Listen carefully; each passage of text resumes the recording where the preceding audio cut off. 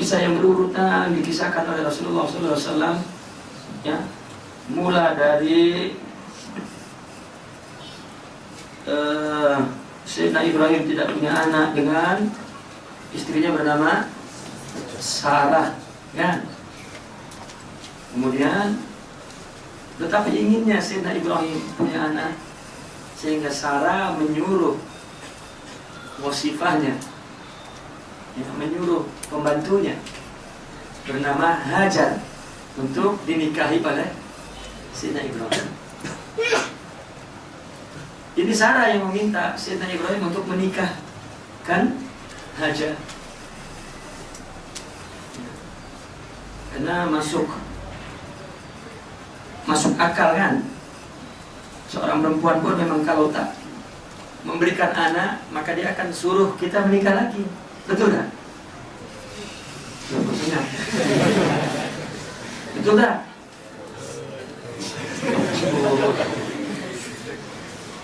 Nah, itu pun kalau wanita yang baik-baik. Maksudnya yang baik-baik ada laki-laki, bukan wanita yang buruk. Maka dinikahilah Hajar. Kemudian hamil. Nah, Hajar pun wanita yang sangat beradab. Maka dia minta kepada Sayyidina Ibrahim agar dia dipisahkan dari Sarah, karena kalau melahirkan di depan matanya tentunya pasti akan menyakiti Sarah. Dia pun nikah, sudah pun nikah disuruh oleh Sarah. Sekarang dia menyakiti Sarah. Maka dia minta petunjuk dari Allah, maka dibuanglah di tempat ghairi di zara, di padang pasir, yaitu di sekarang Makkahul Mukarramah. Ya. Sudah diletak di sana, ditinggalkan. Tahu Sayyidina Ibrahim pergi ke mana? Pergi ke India. Mau buat apa? Nikah lagi. Memang poligami itu kerja para anbiya. Al-Quran yang mengatakan begitu. Nabi itu cirinya istrinya banyak. Itu Nabi.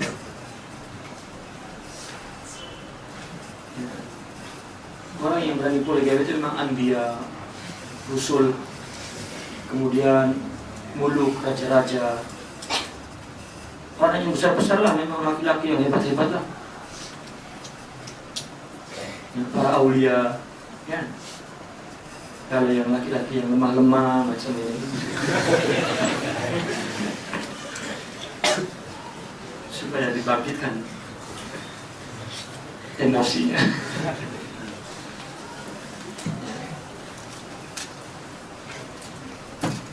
Nah, satu hari saya dijemput untuk bincang tentang poligami oleh para penganut feminisme dan para pembenci poligami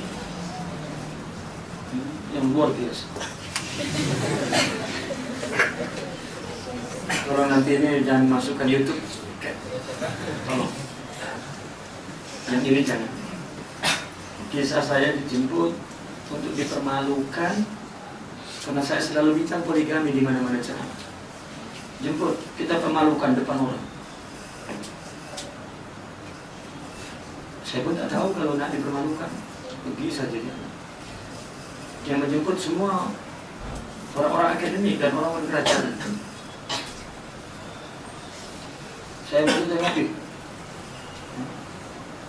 Semua yang hadir macam sudah siap, akur kepada mereka semua. Saya sendiri saja mungkin. Dan saya diminta untuk bagi ucapan pertama, pembentakan pertama. Saya bilang tak. Kalau saya pertama lebih baik saya tak nak. Saya pulang sekarang. Tak masalahnya kena yang dari sisi agama dulu baru tak. Saya tahu saya lepas bagi bentangan tu, lepas itu dipukul ramai-ramai orang mereka kan. Saya pikir tak. Jadi Pak Kiai minta terakhir, saya minta terakhir. Kalau mau, kalau tak saya balik. Oh iya boleh. Daripada dia pikir tidak jadi digebuki kan, dipukuli, lebih baik tak mau terakhir. Ceramah tuh, Masya Allah, hina agama, hina poligami, hina. Maka sejak saat itu saya cakap di mana-mana, semakin cakap poligami. Pada sebab itu habis dan dihina ulama-ulama yang poligami apa semua. Muka saya sudah merah, hitam, hijau sudah. Ya, ada juga ahbabnya hadir pun sudah malu. Ya, mau tunjukkan wajah itu kepada saya sudah malu sudah. Akhir baru saya diucapkan. Ya, setelah diperintah pun saya masih siap, saya mau cakap apa. Tapi saya minta, boleh tak saya jangan duduk di sini, kursi saya sudah panas, kata saya. Jadi saya mau bagi ucapan keluar dari meja dan artinya berdiri di depan. Boleh tak? Karena kursi saya sudah panas. Boleh.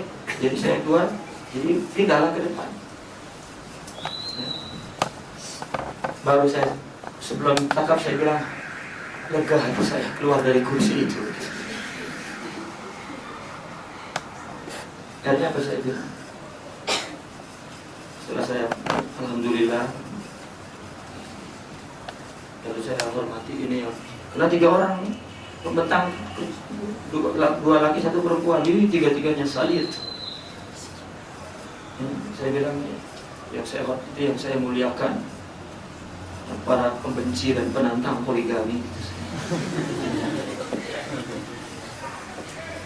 Lalu saya mulai bahwa sebetulnya kalian orang Indonesia yang menganut falsafah hidup Pancasila, bahwa poligami itu bukan hanya sesuai dengan Al-Quran, tetapi sesuai dengan Undang-Undang Dasar 45 dan falsafah Pancasila. Untungnya saya sebelum ceramah saya tanya undang-undang yang menyatakan bahwa setiap warga negara Indonesia berhak untuk membangun rumah tangga yang bahagia. Itu pasal berapa? Bab berapa? Dibilang bab 5 pasal 27. Oke. Tak tahu saya diilhamkan untuk bertanya sebelum bagi ceramah, sebelum masuk ke ruangan. Saya bilang menurut dalam bab 5 pasal 27 mengatakan bahwa setiap warga negara berhak membangun rumah tangga yang bahagia. Itu satu. Kedua, berdasarkan statistik. Mana tadi yang punya statistik? Tadi ada cakap statistik. Jumlah warga negara Indonesia, saya ambil. Jumlah perempuan lebih banyak daripada laki-laki. Kalau menikah, 1 perempuan dengan 1 laki-laki, maknanya ada baki perempuan yang tak nikah. Sistem apa yang dibuat kalau bukan poligami?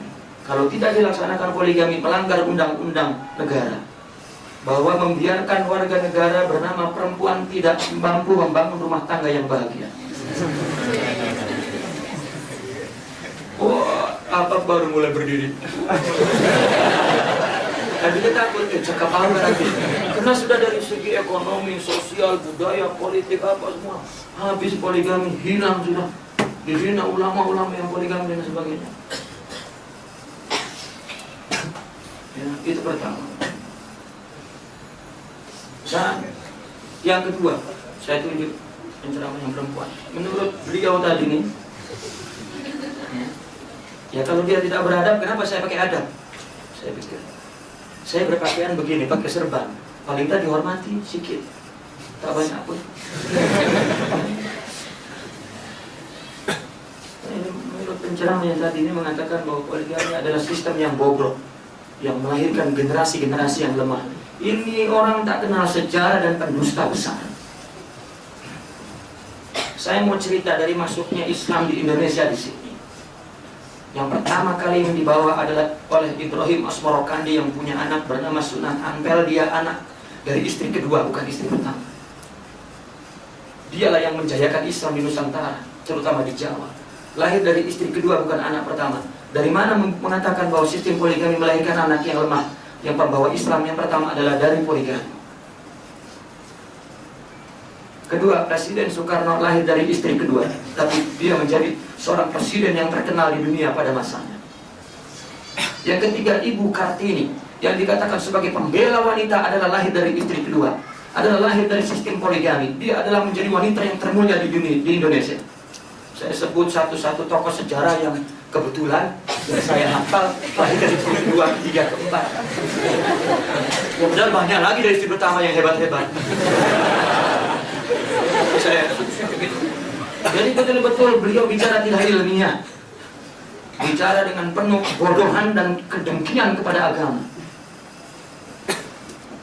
Tuan-tuan dan hadirin sekalian, semua nabi poligami, semua rasul poligami, semua raja-raja poligami, semua para wali poligami, dan semua orang yang punya uang bisnismen besar di dunia ini semua poligami. Hanya laki-laki yang memang hebat, berwibawa, besar poligami, bukan laki-laki kerdil seperti ini yang tidak takut poligami dan takut istri. Ya, dia menghantam saya menghantam dia. Saya bicara sampai akhir tanpa Quran, tanpa hadis. Tolong ini jangan direkam. Ini akan menjadi fitnah. Dimiliki untuk pribadi boleh. Ya. Saya terakhir, ya, itu ceramah dalam 2 jam setengah tadi, dimantannya ceramah. Tidak membawa satu Quran pun dan satu hadis pun, tak.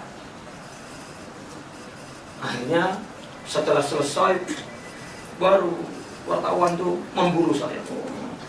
Gimana Pak Kiai bagaimana? Pak Kiai kan bicara dari sisi agama, tapi kenapa tadi tidak berbicara tentang satu ayat pun Al-Quran dan hadis? Apa jawab saya? Sambil melirik kepada ceramah. Saya bilang, terlalu rendah Al-Quran dibacakan di sini dan hadis untuk menghadapi pemikiran-pemikiran yang tolol dan bodoh seperti mereka. Tak perlu dengan Al-Quran, pakai otak dan fakta sejarah sudah cukup. Al-Quran terlalu tinggi untuk mereka, rendah di sini kalau dibicarakan oleh Al-Quran di majelis yang sangat rendah ini. Ya. Dari muda saya pulang. Assalamualaikum.